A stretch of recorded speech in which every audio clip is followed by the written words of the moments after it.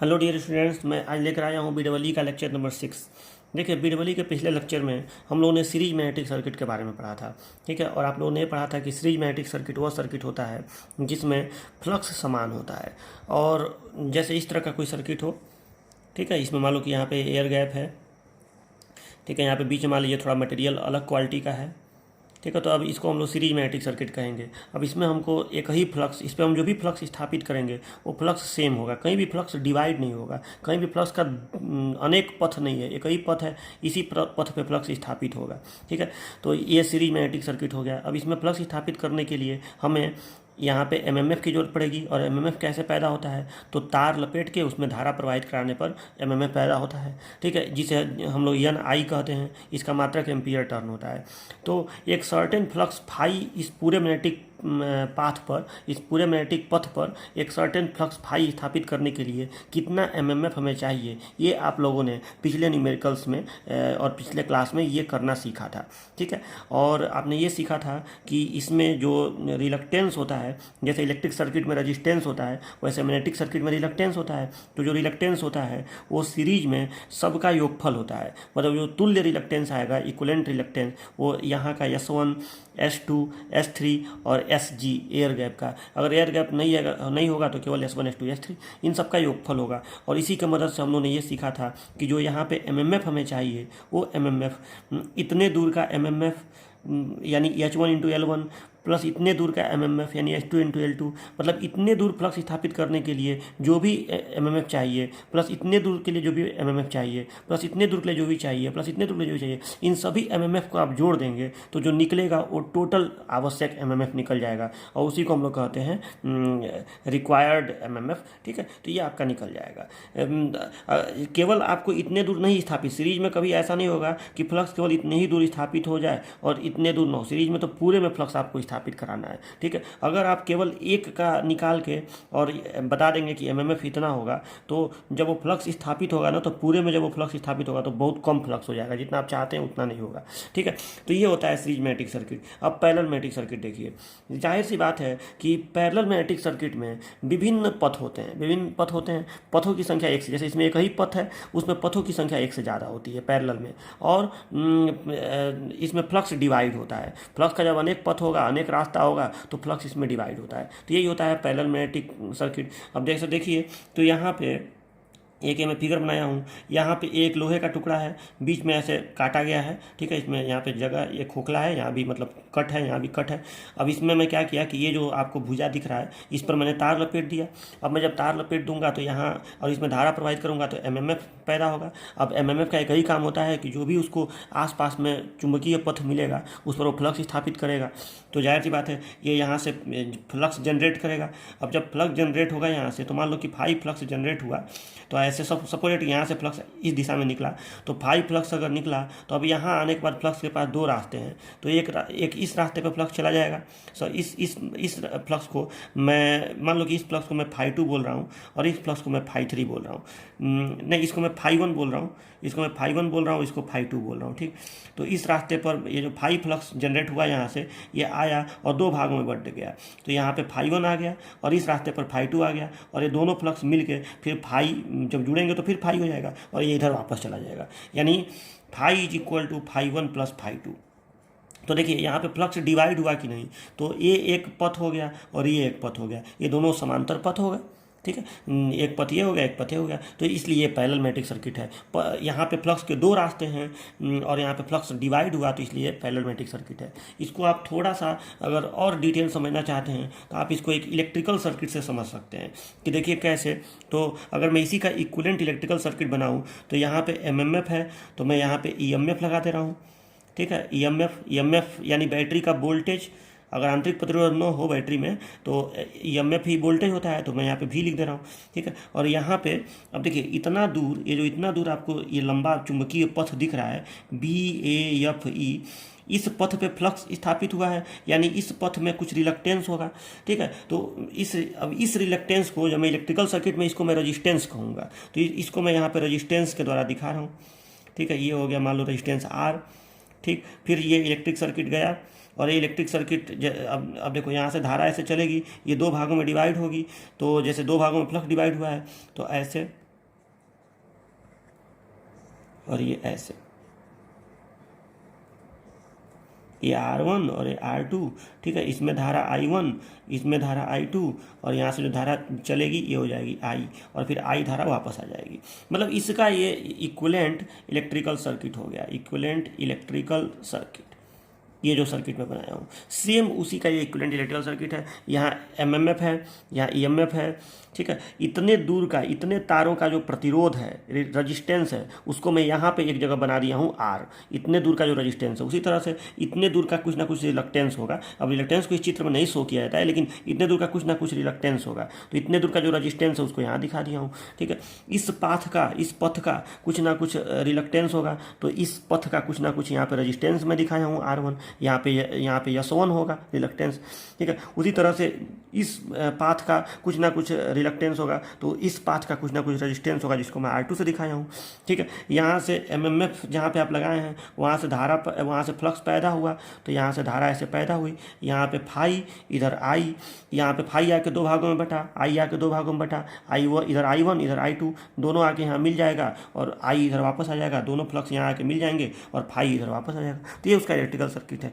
तो अब देखिए, अब हम मुद्दे की बात पर आते हैं कि, और ये तो आप समझ ही रहे हैं, फाई इक्वल टू फाई 2। तो मुद्दे की बात यह है कि इस पे क्वेश्चन है। पहले तो आप ये हेडिंग डाल के एक लाइन लिख लीजिएगा कि पैरेलल मैग्नेटिक सर्किट वह सर्किट होता है जिसमें अनेक पथ होते हैं फ्लक्स के, जिसमें फ्लक्स के अनेक पथ होते हैं तथा इसमें फ्लक्स डिवाइड होता है, विभाजित होता है। हो गया। और ये फिगर बना लीजिएगा, बन करेगा तो ये भी बगल में बना लीजिएगा। अब मेन हमें न्यूमेरिकल पोर्शन पे आना है कि क्वेश्चन कैसे आपसे एग्जाम में पूछा जाएगा। तो क्वेश्चन वही जो सीरीज में पूछा जाता था कि आपको ये फ्लक्स दे देगा, चाहे फाई दे देगा, चाहे फाई 1 दे देगा, चाहे फाई 2 दे देगा, चाहे सारा दे देगा, फाई 1 फाई 2 फाई 3, या कोई एक ही देगा, वो उसके क्वेश्चन के ऊपर डिपेंड करेगा, ठीक है। कोई भी एक फ्लक्स देगा तो भी सॉल्व हो जाएगा, तीनों देगा तो और आसानी से सॉल्व होगा, और अगर कोई 2 देगा तो भी सॉल्व हो जाएगा, या 2-3 से ज़्यादा भी फ्लक्स हो सकता है, पथ तो 3-4 और भी पथ हो सकते हैं। तो मेन आप ये समझिए कि मान लीजिए कि आपको यही वाला फ्लक्स फाई दे दिया, तो आपको फाई दे दिया और आपसे पूछेगा यही, और ये सब लंबाई में आपको बता देगा कि ये लेंथ कितना है टोटल, ये सब लेंथ वगैरह बता देगा, क्रॉस सेक्शनल एरिया, अनुप्रस्थ काट का क्षेत्रफल वगैरह सब बताएगा। तो आपसे कहेगा कि बताइए कितना एमएमएफ लगाने पर ये जो फ्लक्स हम चाह रहे हैं वो स्थापित हो जाएगा। जैसे सीरीज में पूछा था, यही क्वेश्चन आपसे पूछा जाएगा, ठीक है। या घुमा के भी क्वेश्चन कभी कभी पूछा जा सकता है, कभी कभी ऐसे भी क्वेश्चन पूछा जा सकता है कि आपको ये एमएमएफ दे देगा और कहेगा बताओ कितना फ्लक्स स्थापित होगा। वो तो कुछ भी आपसे पूछा जा सकता है, लेकिन अभी एक आप समझ लेंगे तो दूसरे तरह का, तीसरे तरह का, हर तरह का क्वेश्चन आप कर लेंगे। तो मान लो यही पूछा गया है कि इतना फ्लक्स स्थापित कराने के लिए कितना हमको एमएमएफ चाहिए, मतलब कितना एम्पियर टर्न यहाँ पे चाहिए, मतलब कितना तार लपेटना पड़ेगा और उसमें कितना एम्पियर धारा देना पड़ेगा, ठीक है। ये एमएमएफ पैदा होने, ज्ञात करने का ये फायदा होता है कि अगर हमें पता हो कि हम इतना एम्पियर करंट ले सकते हैं, हम इस तार में इतना एम्पियर करंट हम प्रवाहित करा सकते हैं, तो अगर हमें एम्पियर टर्न मालूम रहेगा और हमें मालूम है कि हाँ इतना एम्पियर धारा इस तार में हम प्रवाहित करा सकते हैं, तो हम फेरा अपने आप कैलकुलेट कर लेंगे कि कितना फेरा हमको यहाँ पर लपेटना पड़ेगा सर्टेन एम्पियर टर्न के लिए। जैसे हमें पता है कि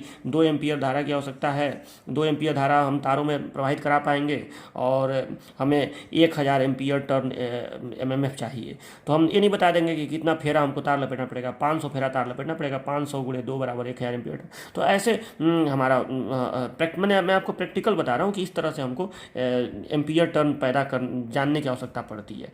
तो देखिए, तो अब हम इस क्वेश्चन को कैसे सॉल्व करेंगे कि हमारा क्वेश्चन है कि फाई हमें दिया है, रिलक्टेंस वगैरह सब बताएगा। रिलक्टेंस कैसे बताएगा, क्योंकि लंबाई बताएगा, अनुप्रस्थ काट बताएगा, तो आप रिलक्टेंस कैलकुलेट कर सकते हैं। इसका रिलक्टेंस S1, इसका रिलक्टेंस S, यहाँ का रिलक्टेंस S1 और यहाँ का रिलक्टेंस S2, ये सब आप कैलकुलेट कर सकते हैं। तो मतलब आपको S1 S2 ये सब मान लो आपको दे दिया, डायरेक्ट नहीं देगा, लंबाई दिया रहेगा, अनुप्रस्थ काट दिया रहेगा, तो आप इसको निकाल लेंगे। और आपको फाई दे दिया और आपसे कह रहा है कि बताइए एम्पियर टर्न यहाँ पे कितना होगा, ठीक है। सेम इसी तरीके से यहाँ देखिए, जैसे मान लो कि आपको आई दे दिया, ये धारा बता दिया कि यहाँ पे जो EMF है ये इतनी धारा यहाँ से निकलेगी, और आपको R1 R2 R3 बता दिया, और आपसे कहे कि बताओ ये वोल्टेज कितना लगाना पड़ेगा। तो इस तरह क्वेश्चन को आप सॉल्व कर लेंगे, कोई बहुत बड़ी बात नहीं है। आपको R1 R2 R3 अगर मालूम हो और यहाँ से कितनी धारा निकलेगी, बस इतना मालूम हो, तो आप ये नहीं बता देंगे कि यहाँ पे कितना वोल्टेज लगाना पड़ेगा, ये तो आराम से निकल जाएगा। तो देखिए कैसे आप इसको निकाल देंगे। तो सबसे पहले तो आप जहाँ से इस सर्किट में देखिए, तो इस सर्किट में ये बताइए, ये दोनों पथ जो हैं आपस में पैरेलल हैं। उसी तरह से इसमें पथ BE और पथ BCDE ये समांतर हैं। ठीक है। तो मैं यहाँ पे लिख रहा हूँ कि चूँकि मैं लिख रहा हूँ कि लेट मैंने माना रिलक्टेंस ऑफ पाथ, इस पाथ के रिलक्टेंस को मैं S1 मान ले रहा हूँ, और इस पाथ के reluctance of path B C D E को मैं S2 मान ले रहा हूँ। ठीक है, और S1 S2 आप जान ही रहे हैं कैसे निकलेगा।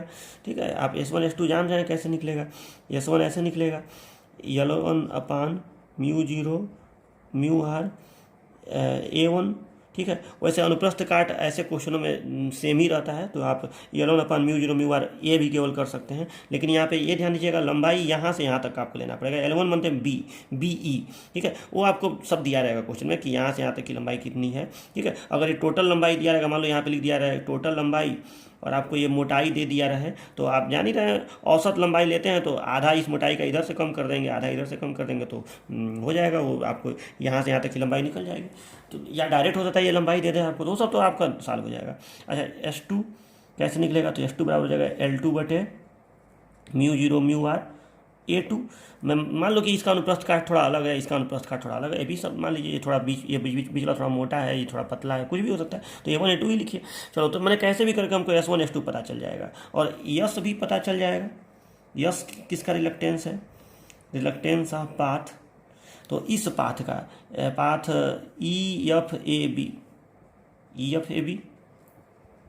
ये जो पाथ है इसका रिलक्टेंस यस है। यस आप कैसे निकालेंगे, तो यस के लिए आप L upon mu zero mu R A कर देंगे।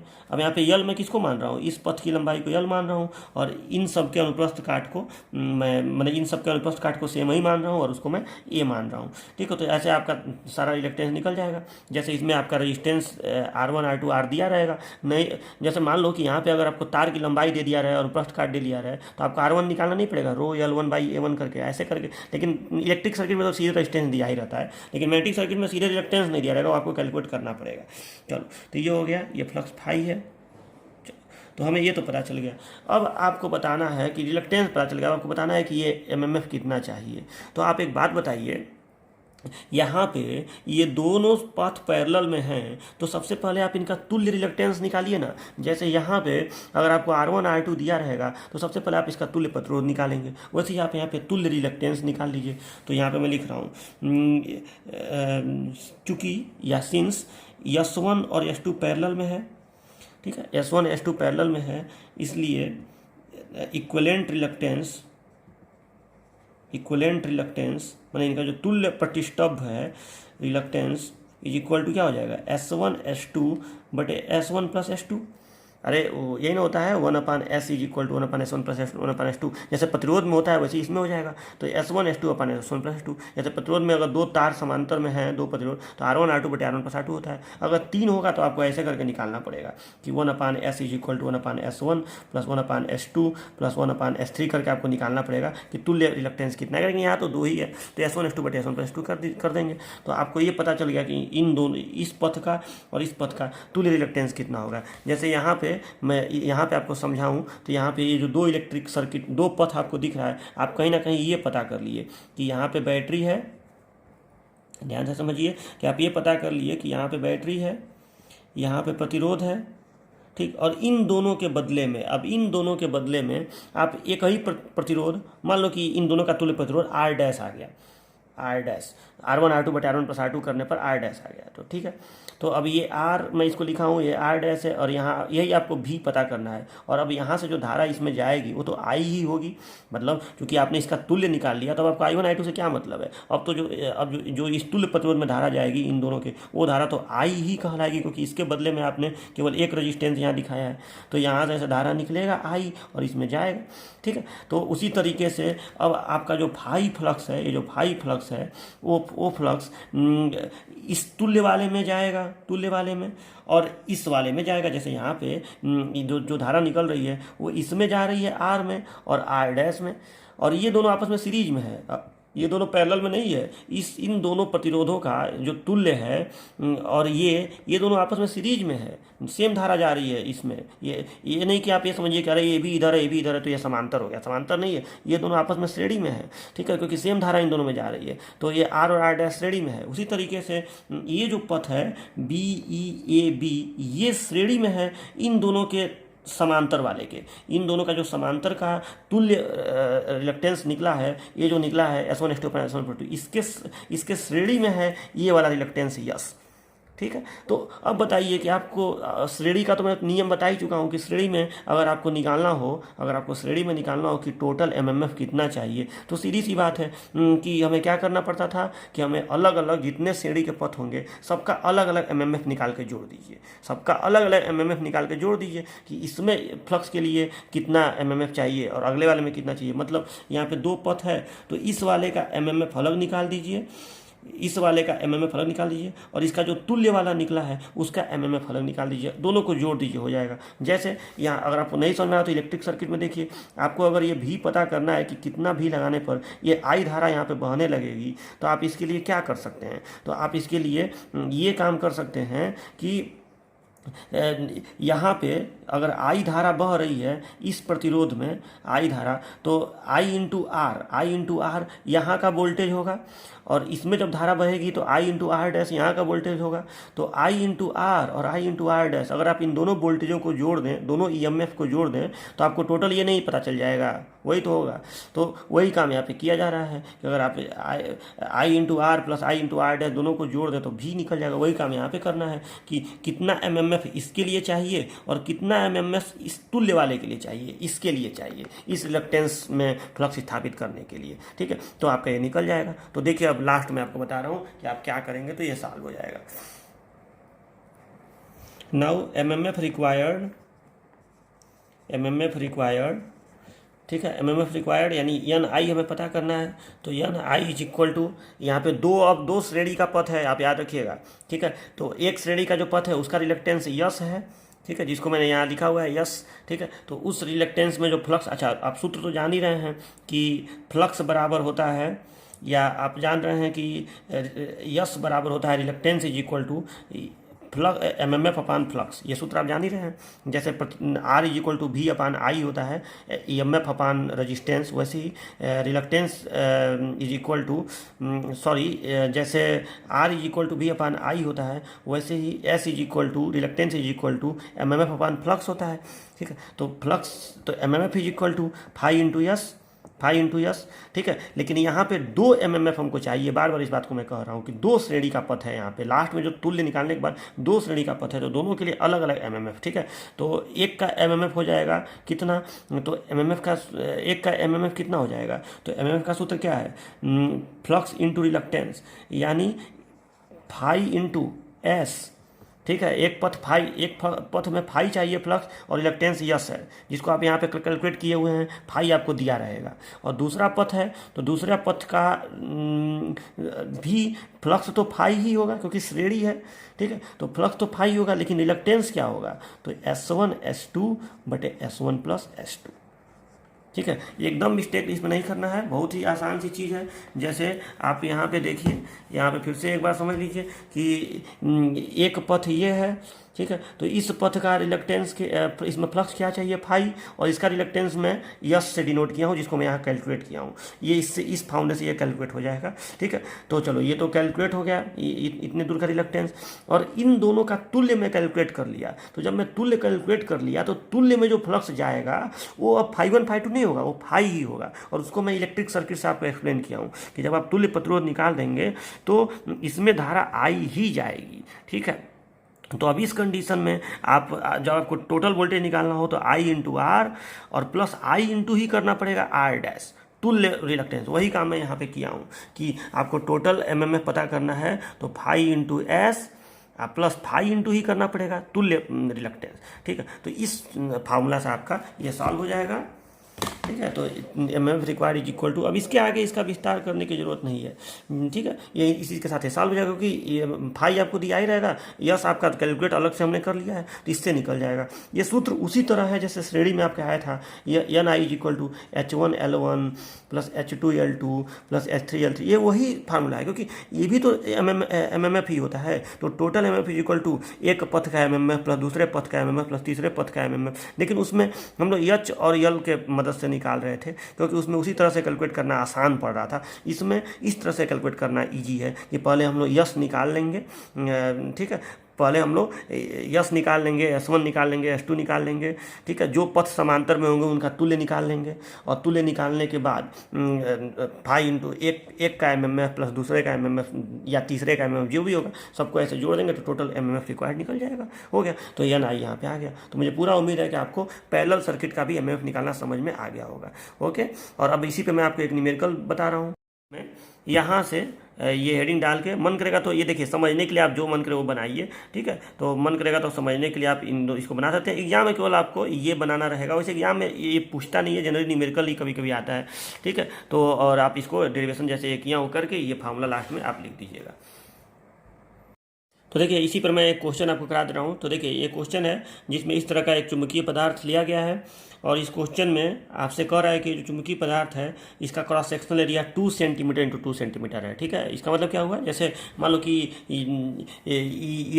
ये जो है ये इस चुंबकीय पदार्थ की ये वाली भुजा है, तो 2 सेंटीमीटर इंटू 2 सेंटीमीटर, मतलब अगर आप इसको काट के देखें इधर से तो ये 2 सेंटीमीटर, यानी ये 2 सेंटीमीटर है और ये भी 2 सेंटीमीटर है, मतलब एक वर्गाकार इसमें शेप इसमें बन रहा है। ये इसका अनुप्रस्थ काट का क्षेत्रफल हो गया, ठीक है। तो जैसे ये भुजा, फिर ये भुजा, ऐसे ऐसे अलग अलग इसमें भुजाएं हैं, ठीक है। तो अब ये तो आपको दे दिया अनुप्रस्थ काट, और ये हर जगह समान है, तो ये एक जगह लिखा है मतलब हर जगह ये समान है, इसका आपको टेंशन नहीं लेना, हर जगह एक ही अनुप्रस्थ काट है। 2 सेंटीमीटर इंटू मैंने 4 सेंटीमीटर स्क्वायर, यानी 4 × 10 माइनस 4 मीटर स्क्वायर। चलो, और म्यू आर भी सेम है, मतलब एक ही चुंबकीय पदार्थ हर जगह है, 600 इसका म्यू आर है। और अब देखिए, यहाँ पे तार लपेटा गया है, आपको दिख रहा है, और इस तार में धारा दे दिया है, तो इसमें आपको एमएमएफ नहीं निकालना है, धारा दे दिया है, और यहाँ पे पूछ रहा है कि यन कितना लगाना पड़ेगा, मतलब आपको फेरों की संख्या इसमें पूछ रहा है कि कितने फेरे का तार लपेटना पड़ेगा, ठीक है, ये आपसे इसमें पूछ रहा है। तो जाहिर सी बात है, एमएमएफ तो निकालना ही पड़ेगा, एम्पियर टर्न तो निकालना ही पड़ेगा, और जो आएगा उसमें आप 12 से भाग दे देंगे तो यन निकल जाएगा, ठीक है। तो मेन एमएमएफ ही निकालना है, बाद में 12 से भाग देकर हमको फेरों की संख्या, कितना फेरा तार लपेटना पड़ेगा, हमको ये निकालना है। अच्छा, अब इसमें एक चीज़ और दिया है कि ये देखिए, यहाँ से तीर शुरू करके और ऐसे ला के यहाँ तीर खत्म किया है, मतलब इस पूरे चुंबकीय पथ की लंबाई 25 है, इस पूरे पथ की लंबाई 15 सेंटीमीटर है, ये 25 सेंटीमीटर है, और इस पूरे पथ की लंबाई 25 सेंटीमीटर है। एक जगह ऐसे तीर यहाँ लगा के लिखा है, मतलब ये पूरे की लंबाई दे दिया, तो आपको ये भी टेंशन नहीं है। इस पथ की लंबाई दे दिया, 3 पथ हैं इसमें, तो एक पथ ये है, एक पथ ये, एक पथ ये आपको दे दिया, और यहाँ पे आपको धारा प्रवाहित करके फ्लक्स स्थापित करना है। अच्छा, ठीक है, और यहाँ पे आप जरा से एक लाइन भी पढ़ लीजिए कि इस पदार्थ के राइट लिम्ब में 2 मिली वेबर का फ्लक्स उत्पन्न करने के लिए लेफ्ट लिम्ब में फेरों की संख्या बताइए। अब देखिए, राइट लिम्ब माने भुजा होता है, मतलब ये जो दाहिनी भुजा है, मतलब ये जो है दाहिनी भुजा कहलाएगी, और ये बाईं भुजा कहलाएगी, और ये सेंटर लिम्ब कहलाएगा, मध्य की भुजा। तो ये जो पदार्थ है इसके राइट लिम्ब में, मतलब दाहिनी भुजा में, इस वाले में आपको 2 मिली वेबर, और जाहिर सी बात है यहाँ से यहाँ तक तो ये सीरीज में ही है, तो मतलब इस वाले पूरे में आपको 2 मिली वेबर का फ्लक्स उत्पन्न करना है, ठीक है। और अब आपको बताना है कि अगर यहाँ पे 2 मिली वेबर का फ्लक्स उत्पन्न करना है तो इधर फेरा, इस बाएं भुजा में फेरा इधर भी लपेटा जा सकता था, लेकिन क्वेश्चन में आपको बोला है कि नहीं, फेरा इधर ही लपेटना है, तो बाईं भुजा में कितना हमको फेरा लपेटना पड़ेगा, अगर उसमें 12 एम्पियर धारा जा रही हो और फ्लक्स यहाँ का दे दिया है, तो सीधी सी बात है कि अब यहाँ हमको एक सर्टेन फ्लक्स इस पथ में चाहिए, लेकिन जब आप यहाँ पे तार लपेटेंगे तो फ्लक्स यहाँ पैदा होगा, जो डिवाइड होकर यहाँ पहुँचेगा ना, तो हमें ये बताना है कि सब डिवाइड होने के बाद यहाँ पे 2 मिली वेबर हमको पहुँचाना है, और उसके लिए हमको कितना फेरा का तार लपेटना पड़ेगा। तो काफ़ी अच्छा क्वेश्चन है, हालांकि बीटी यूपी में बहुत भारी क्वेश्चन नहीं देते हैं सब, लेकिन मेरा वो काम है आपका अच्छे से तैयारी कराना, ताकि आप कंपटीशन वगैरह में कभी फंसे ना, तो इसलिए ऐसा क्वेश्चन कंपटीशन वगैरह में तो पूछता ही है, तो आप इसको अच्छे से पढ़ लीजिए। तो देखिए, क्वेश्चन भारी नहीं है। अगर आपको ये क्वेश्चन, अब देखिए मैं इस क्वेश्चन को बता रहा हूँ आप क्या करिए। सबसे पहले तो एक काम करिए, इसमें आप करिएगा ये कि आप इसमें पथ का जरा नाम दे दीजिएगा, नाम देने से थोड़ी आसानी होगी। तो यहाँ नाम मैं दे दे रहा हूँ, मान लो कि यहाँ ए है, यहाँ मान ले रहा हूँ कि बी है, यहाँ सी है, यहाँ डी है, यहाँ ई है और यहाँ एफ है, ठीक है। तो ऐसे पथ हो गया, एक पथ हो गया ई एफ ए बी, एक पथ हो गया बी सी डी ई, और एक पथ हो गया बी ई, ठीक है। 3 पथ हो गए।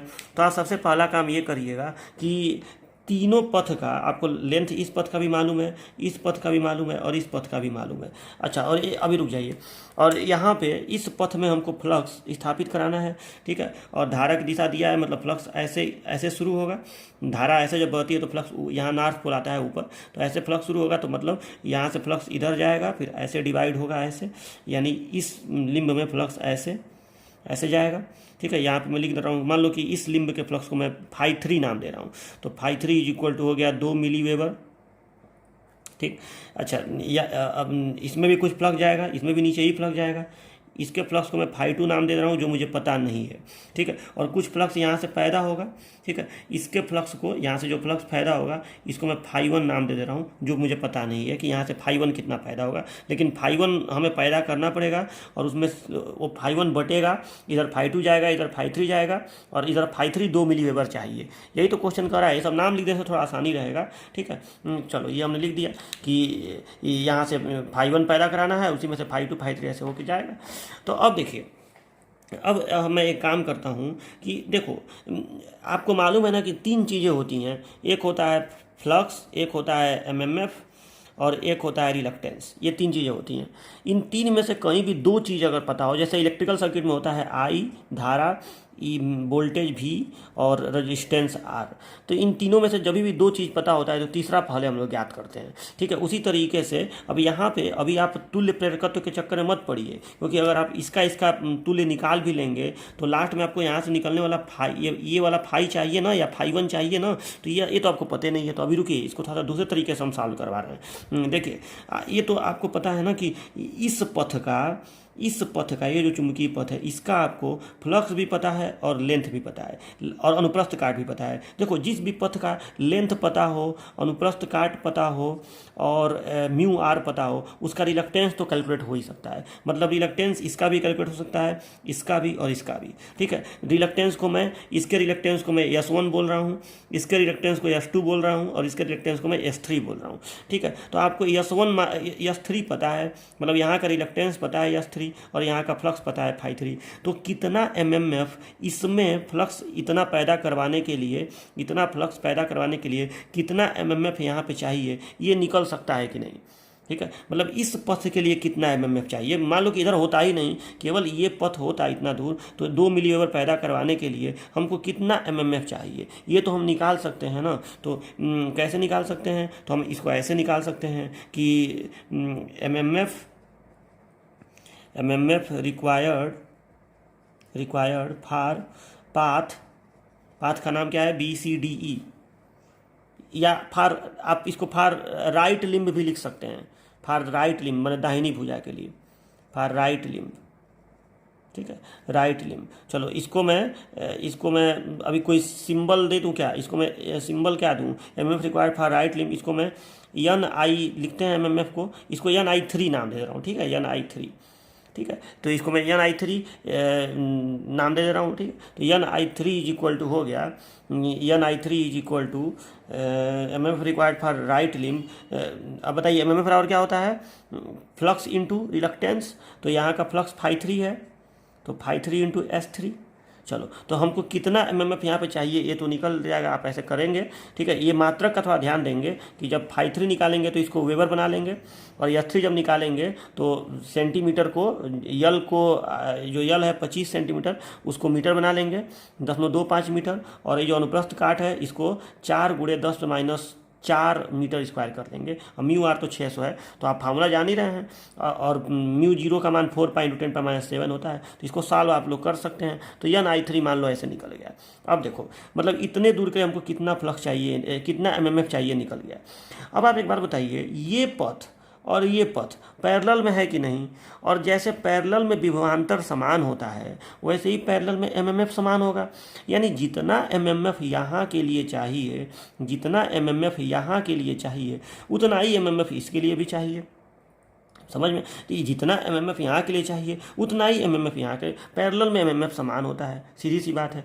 तो इसका मतलब ये हुआ कि हम इन दोनों में से, ये जो दो पथ बन रहा है, इन दोनों में से कोई एक ही का एमएमएफ कैलकुलेट करें। किसी, मान लो कि इधर का कैलकुलेट कर लें, चाहे इधर का कैलकुलेट कर लें एमएमएफ, लेकिन इधर का हमको फ्लक्स चूँकि नहीं पता है तो इधर का कैलकुलेट हो ही नहीं पाएगा एमएमएफ। हम इधर का कैलकुलेट तो कर लिए ना, इधर का हम कैलकुलेट कर लिए कि φ3 चूँकि पता है तो यहाँ का एमएमएफ हम कैलकुलेट कर लिए, ठीक है। तो अब यही एमएमएफ यहाँ के लिए भी होगा।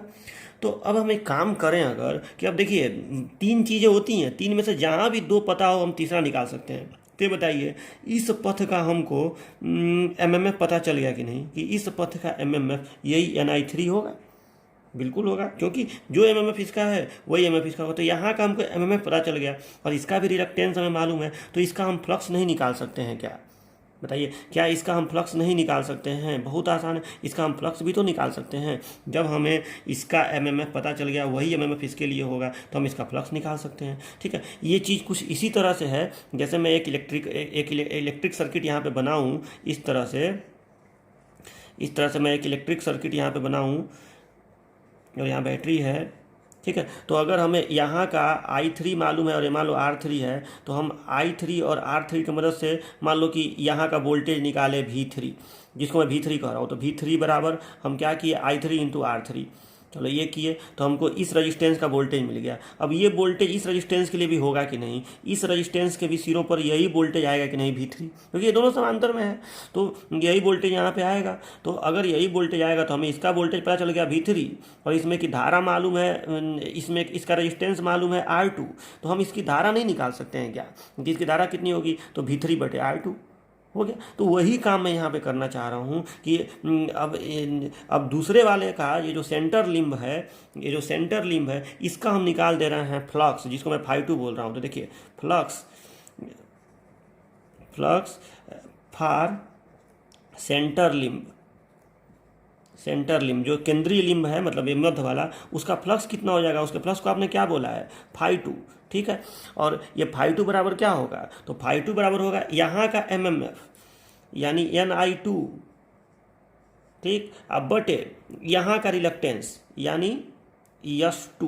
रिलक्टेंस तो निकल जाएगा, आप अच्छी तरह जान रहे हैं। और ये Ni2 क्या है, Ni2 ही तो Ni3 है, क्योंकि ये समांतर में है। तो φ2 बराबर हो गया Ni3/S2 हो गया, ये φ2 बराबर। क्योंकि यहाँ पे ऐसा क्यों हुआ है आप यहाँ बता देंगे, क्योंकि Ni2 जो है, ये Ni2 बराबर है Ni3 के, ये समांतर में है। यहाँ आप बगल में कहीं बता देंगे, क्योंकि Ni2 जो है, ठीक है, Ni2 ये बराबर है Ni3 के, क्योंकि ये पैरेलल में है, दोनों एमएमएफ बराबर होंगे, ठीक है। तो ये हो गया। तो अब बताइए कि यहाँ का भी आपको फ्लक्स निकल गया, यहाँ का भी फ्लक्स निकल गया। तो बताइए जब दोनों जगह का फ्लक्स निकल गया, तो अब आपको सीधा सा काम ये करना है कि इन दोनों फ्लक्सों को अगर आप जोड़ दें तो यहाँ का फ्लक्स नहीं निकल जाएगा, तो यहाँ का फ्लक्स निकल जाएगा, मतलब φ1 निकल जाएगा। और φ1 अगर निकल गया तो अब आपको सीधा सा काम ये करना है कि ये रिलक्टेंस निकाल लेना है S1, और फिर यहाँ का एमएमएफ आपको पता चल जाएगा। अगर यहाँ का φ1 और S1 दोनों पता चल गया तो यहाँ का एमएमएफ पता चल जाएगा, यानी Ni1 पता चल जाएगा। और आप तीनों को जोड़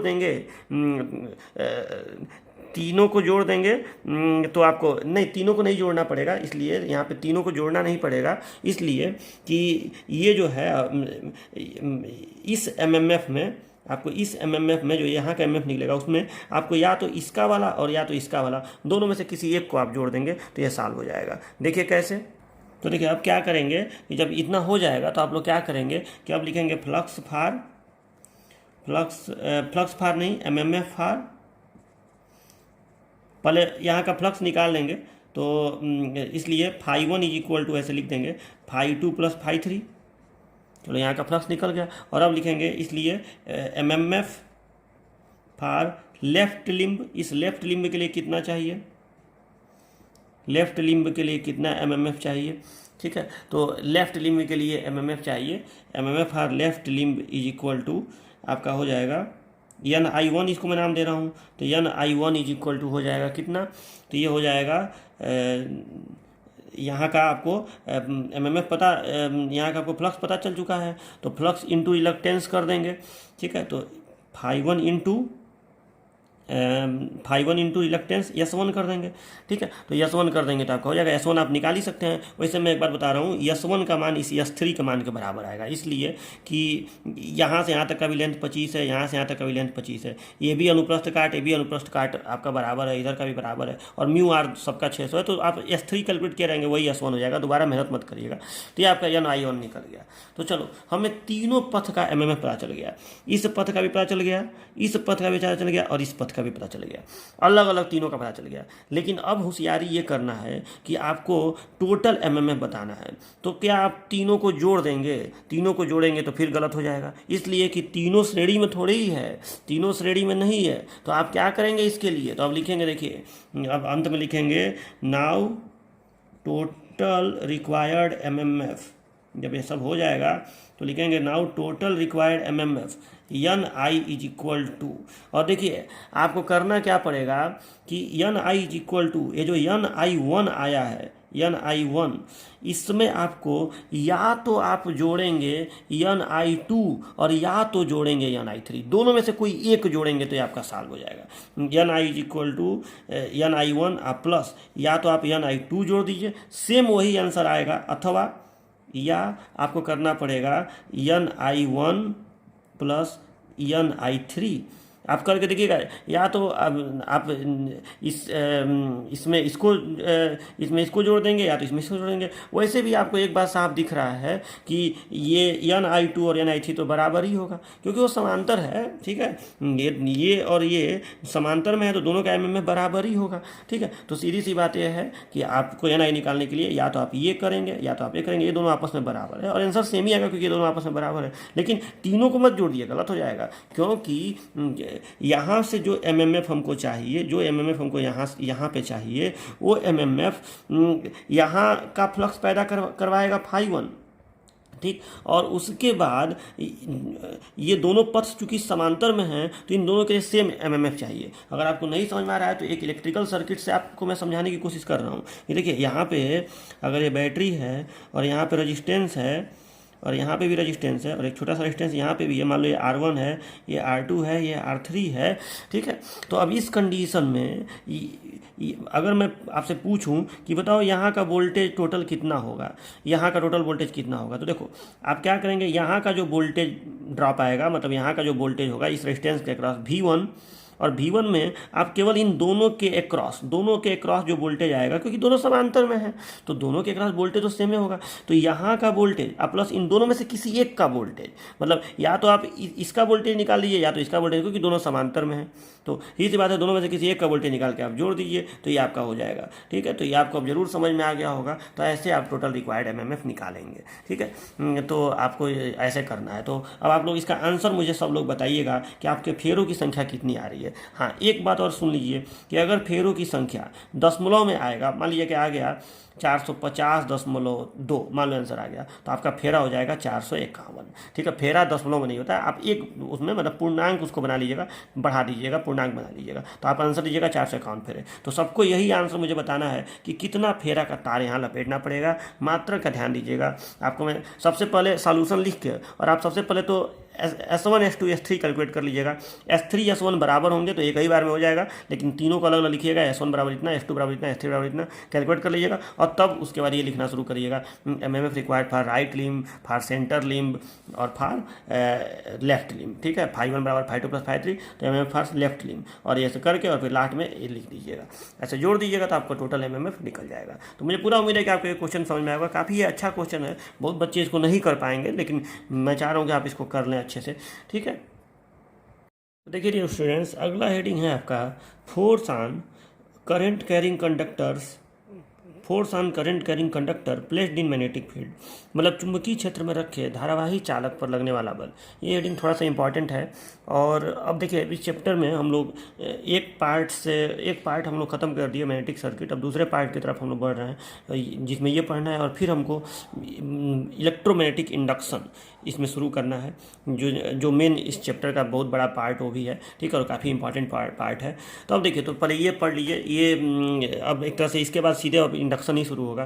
तो देखिए ये हेडिंग कह रहा है कि जब हम कोई धारावाही चालक, ये याद रखिएगा, केवल यहाँ पे चालक नहीं, धारावाही चालक, जब हम धारावाही चालक को चुंबकीय क्षेत्र में रखते हैं तो उस पर बल लगता है। ठीक है, ये प्रयोगों से देखा जाता है कि जैसे मान लीजिए कि ये चुंबकीय क्षेत्र है, सपोज डेट कि ये कोई चालक है, ये कोई चालक है, चालक माने तार।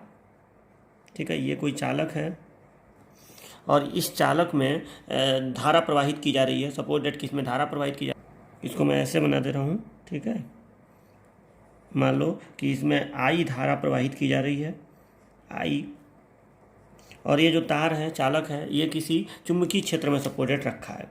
ठीक है, ऐसे चुंबकीय क्षेत्र में रखा है और ये जो चुंबकीय क्षेत्र है, इस चुंबकीय क्षेत्र है, इसका जो डेंसिटी है, मतलब इसका जो फ्लक्स डेंसिटी है, उसको हम लोग बी से रिप्रेजेंट करते हैं। ये मान लीजिए कि बी टेस्ला है, मतलब B weber per metre square. ठीक है, एक समान इसका फ्लक्स डेंसिटी है, एक समान फ्लक्स घनत्व है। ठीक है, तो बी फ्लक्स घनत्व के चुंबकीय क्षेत्र में एक चालक, धारावाही चालक रखा है। तो अब देखिए, जब धारावाही चालक को हम लोग चुंबकीय क्षेत्र में रखते हैं तो उस पर बल का अनुभव होता है। ठीक है, और मान लीजिए कि इस चालक की लंबाई सपोज डेट यल है और ये चालक चुंबकीय क्षेत्र से बी थीटा कोण बना रहा है। मतलब ये जो चुंबकीय क्षेत्र बी है उससे सपोज डेट ये जो चालक है ये थीटा कोण ऐसे बना रहा है। ठीक है, तो अब इस पर कितना बल लगेगा, बल तो लगता है लेकिन उस बल का मान क्या होगा और दिशा क्या होगा, हमें ये पता करना है। तो देखिए यहाँ पे पहले मैं बी, आई, एल और थीटा सबको लिख दिया हूँ कि बी क्या है, मैग्नेटिक फ्लक्स डेंसिटी, आई क्या है, करंट इन कंडक्टर, एल क्या है, लेंथ ऑफ कंडक्टर, और थीटा क्या है, angle of conductor from magnetic field. अब देखिए, अब हमें पता करना है कि एफ कितना होगा। तो देखिए एफ जो होता है फोर्स, उसका देखिए इसका डेरिवेशन आपके सिलेबस में नहीं है, बस आप इसका फॉर्मूला याद कर लीजिए कि एफ इज इक्वल टू होता है B I L sine theta, इतना न्यूटन।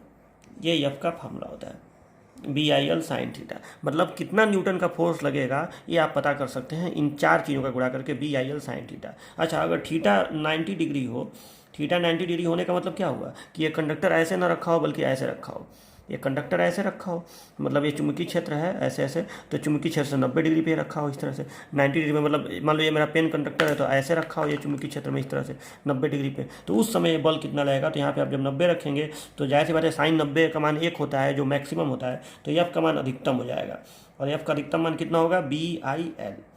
तो ये भी हमें पता चल गया कि अगर कंडक्टर लंबवत रखा हो तो उस पर अधिकतम बल लगता है, और अगर कंडक्टर ऐसे रख दिया जाए तब इस तरह से एकदम समांतर रख दिया जाए चुंबकीय क्षेत्र के तो बल 0 हो जाएगा। तो ये सब बातें भी याद रखिएगा कि चुंबकीय क्षेत्र के समांतर होगा तो बल 0, लंबवत होगा तो बल अधिकतम, मान कितना होगा, बी आई एल, और अगर तिरछा रखा होगा कोण पे तो B I L sine theta. तो ये हो गया आपका फार्मूला। अब देखिए, अब हमें ये बताना है कि इस चुंबकीय क्षेत्र का डायरेक्शन किधर होगा, डायरेक्शन। तो देखिए, डायरेक्शन निकालने के लिए हम लोग एक नियम का प्रयोग करते हैं जिसको हम लोग कहते हैं Fleming's left hand rule. By Fleming's left hand rule, मतलब फ्लेमिंग के बाएं हाथ का नियम, by Fleming's left hand rule. अब ये फ्लेमिंग के बाएं हाथ का नियम क्या है, और ये आपसे एग्जाम में पूछा भी जाता है अलग से कि मतलब फ्लेमिंग के बाएं हाथ का नियम बताइए क्या है। तो इसको आप तैयार रखिएगा कि what is Fleming's left hand rule. तो देखिए ये नियम क्या होता है, ये नियम चुंबकीय क्षेत्र जो ये बल लग रहा है उस बल के दिशा को बस बताता है। मान तो इससे निकलेगा कितना न्यूटन, दिशा को बताएगा। तो देखिए ये कैसे बताएगा। अब देखिए एक बात जरा सा आप पहले समझ लीजिए कि मान लीजिए कि यहाँ पे चुंबक है, ये नॉर्थ पोल है और ये साउथ पोल है, ठीक, और यहाँ पे हम ऐसे एक कंडक्टर ले लिए, तार ले लिए, ठीक, और इसमें धारा प्रवाहित किए। धारा कैसे प्रवाहित करेंगे, इसको सेल से जोड़ देंगे ऐसे, मान लो ऐसे सेल से जोड़ दिए, मान लो कि ऊपर प्लस है और नीचे माइनस है, मान लो ऐसे ही धारा ऐसे प्रवाहित कराए तो ऐसे धारा ऐसे जाएगा ऐसे, ठीक है। अब मान लीजिए ऐसे ही धारा इसमें प्रवाहित हो रहा है, तो अब आपको पता करना है कि इस पर कितना फोर्स कितना लगेगा, वो तो आप निकाल लेंगे कि इस चुंबकीय क्षेत्र का मान बी आपको दिया रहेगा, इसकी लंबाई दी रहेगी, ठीक है, और आई आपको पता रहेगा कि कितना एम्पीयर की धारा बह रही है, और यहाँ पे मान लो थीटा 90 डिग्री है तो बी आई एल केवल कर देंगे, अगर ये ऐसे तिरछा रहेगा तो B I L sine theta कर देंगे। अब आपको दिशा बताना है कि बल किधर लगेगा। तो देखिए इस डायरेक्शन को निकालने का जो नियम होता है उसे हम लोग कहते हैं Fleming's left hand rule. Rule. इस नियम में हम लोग क्या करते हैं कि अपने बाएं हाथ की 3 अंगुलियों, एक अंगुली ये कौन सा अंगुली है, ये इंडेक्स फिंगर, ये अंगुली मिडिल फिंगर और ये अंगुली थंब, इन तीनों को ऐसे लंबवत दिशाओं में ऐसे सेट करते हैं। ऐसे देखो सब लंबवत दिशा में है, ये भी यहाँ पे लंबवत है, यहाँ पे परपेंडिकुलर है और यहाँ पे भी परपेंडिकुलर है, सारे तीनों कैसे लंबवत दिशाओं में रख लेंगे। और उसके बाद इसको चुंबकीय क्षेत्र के दिशा में, मतलब बी के दिशा में, याद रखिए ये बी है, बी, इसको करंट के डायरेक्शन में यानी आई के दिशा में और इस सेट करेंगे तो हमारा ये जो अंगूठा है ये एफ का डायरेक्शन यानी बल का डायरेक्शन बताएगा। तो देखिए जैसे इसी चित्र में आपको मैं करके दिखाता हूँ, तो इस चित्र में आप देखिए तो चुंबकीय क्षेत्र दिशा हमेशा नॉर्थ से साउथ होती है, तो इसको मैंने ऐसे कर दिया।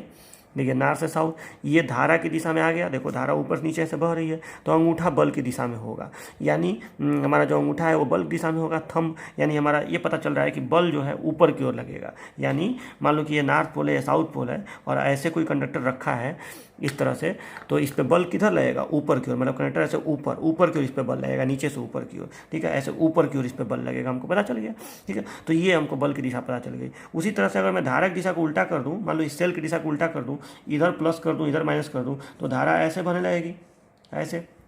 तो अब कैसे निकलेगा, तो ये देखो ये नॉर्थ से साउथ, ठीक है, ये तो नॉर्थ से साउथ ही रहेगा, धारा उल्टी हो गई ऐसे, ऐसे हो गया, तो अंगूठा नीचे चला गया यानी बल नीचे की ओर लगेगा, ठीक है। यानी जब धारा ऐसे ऊपर जा रहा है तो ये जो मेरा कंडक्टर है, मेरा पेन, ये नीचे की ओर इस पर बल लगेगा, ठीक है। और अगर ये तिरछा भी हो, मान लो ये कंडक्टर ऐसे तिरछा भी हो जैसे इस चित्र में बनाया हूँ, तो भी डायरेक्शन देखो, तिरछा होने पर बल के मान में भले अंतर आएगा, डायरेक्शन में अंतर नहीं आएगा, डायरेक्शन तो वही रहेगा जो इसमें भी ऊपर की ओर कंडक्टर ऐसे कंडक्टर है तो इसमें भी ऐसे ऊपर की ओर ऐसे मूव करेगा, तो डायरेक्शन तो इसमें भी ऊपर ही होगा। मतलब अब इसमें निकालना पड़ेगा किधर होगा, जैसे धारा उधर जा रही है ना, तो आप इसको लंबवत मान लीजिए, मान लो ऐसे है कंडक्टर, तो आप इसको ऐसे मान के चलिए, तो जब धारा ऊपर जा रही है तो नीचे जाएगा कंडक्टर, अभी मैंने निकाल के आपको दिखाया था, ठीक है। तो ऐसे कंडक्टर नीचे जाएगा, मतलब बल नीचे ही लगेगा, तो तिरछा होने से कोई मतलब नहीं है। अगर कंडक्टर तिरछा भी है तो आप उसको लंबवत मान के डायरेक्शन निकाल दीजिए, डायरेक्शन तो सेम ही आएगा, चाहे तिरछा का हो चाहे लंबवत का हो। तो ये हो गया आपके डायरेक्शन। तो ये आपको एग्जाम में लिखना पड़ेगा, फ्लेमिंग लेफ्ट हैंड रूल ये पूछा जाता है। तो क्या लिखेंगे,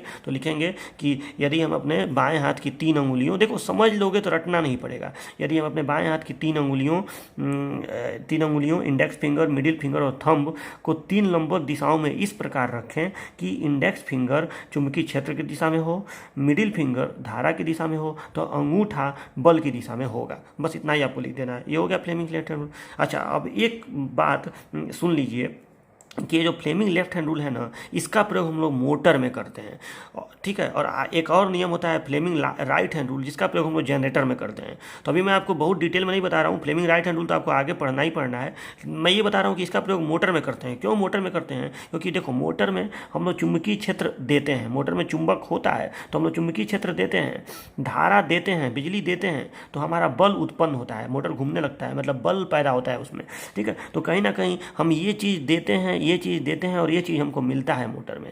जबकि जनरेटर में इसका जस्ट उल्टा, मतलब जनरेटर में हम लोग फ्लेमिंग राइट हैंड रूल का प्रयोग करेंगे, ये चीज़ और ये चीज़ उसमें हम लोग देते हैं और ये हमको मिलता है, धारा उसमें मिलता है। तो ये सब आगे आपको मैं बाद में समझाऊंगा कि फ्लेमिंग राइट हैंड रूल और लेफ्ट हैंड रूल में क्या अंतर है। तो ये होता है, पहले आप लेफ्ट हैंड रूल जान लीजिए कि ये मोटर में प्रयोग किया जाता है। अब कैसे मोटर में, इसका डिटेल अभी मैं नहीं बता रहा हूँ, बस इतना जानिए कि धारावाही चालक पर लगने वाले बल की दिशा के लिए होता है, ठीक है। और धारावाही चालक पर बल सदैव लगता ही लगता है, धारा रहेगी तभी बल लगेगा और चुंबकीय क्षेत्र रहेगा तभी बल लगेगा। दोनों में से कोई भी एक चीज़ एब्सेंट रहेगा, मान लो चुंबकीय क्षेत्र है, धारा नहीं है तो बल नहीं लगेगा, और मान लो धारा है चुंबकीय क्षेत्र नहीं है तो बल नहीं लगेगा। बल तभी लगेगा जब चुंबकीय क्षेत्र में कोई धारावाही चालक रख दिया जाए और उसकी दिशा फ्लेमिंग के लेफ्ट हैंड रूल से निकलेगी। तो चलिए ये पूरा जो पार्ट है ये खत्म हो गया। अब हमको शुरू करना है इस चैप्टर में इलेक्ट्रोमैग्नेटिक इंडक्शन, जो बहुत ज़्यादा इंपॉर्टेंट पार्ट है और सच पूछे तो इसी के नाम पे इस चैप्टर का नाम भी पड़ा है और ये लास्ट पार्ट है। मतलब अब इस चैप्टर में इसी से रिलेटेड चीज़ें पढ़नी है, जैसे इंडक्शन, फैराडे का नियम, लेंज का नियम, सेल्फ इंडक्टेंस क्या होता है, जो बहुत इंपॉर्टेंट टॉपिक होता है, कई बार पूछा गया है, ठीक है, जिसे यल से रिप्रेजेंट करते हैं सेल्फ इंडक्टेंस को। तो ये सब क्वेश्चन आता है एग्जाम में। तो अब नेक्स्ट जो भी क्लास में लूँगा उसमें मैं इसी हेडिंग से शुरुआत करूँगा, इलेक्ट्रोमैग्नेटिक इंडक्शन, विद्युत चुम्बकीय प्रेरण, ये होता क्या है। और उसके मुझे लगता है कि 2 से 3 क्लास में ये पूरा चैप्टर अब समाप्त हो जाएगा, ठीक है। तो आप इसको अपने कॉपी में अच्छे से लिख लीजिएगा, ये हेडिंग डाल के और ये चित्र बना के ये लिख लीजिएगा और ये फ्लेमिंग लेफ्ट हैंड रूल जो मैं बोला हूँ वो लिख लीजिएगा। तो चलिए मिलते हैं नेक्स्ट लेक्चर में और यहीं से मैं शुरुआत करूँगा इलेक्ट्रोमैग्नेटिक इंडक्शन से। तब तक के लिए बाय बाय।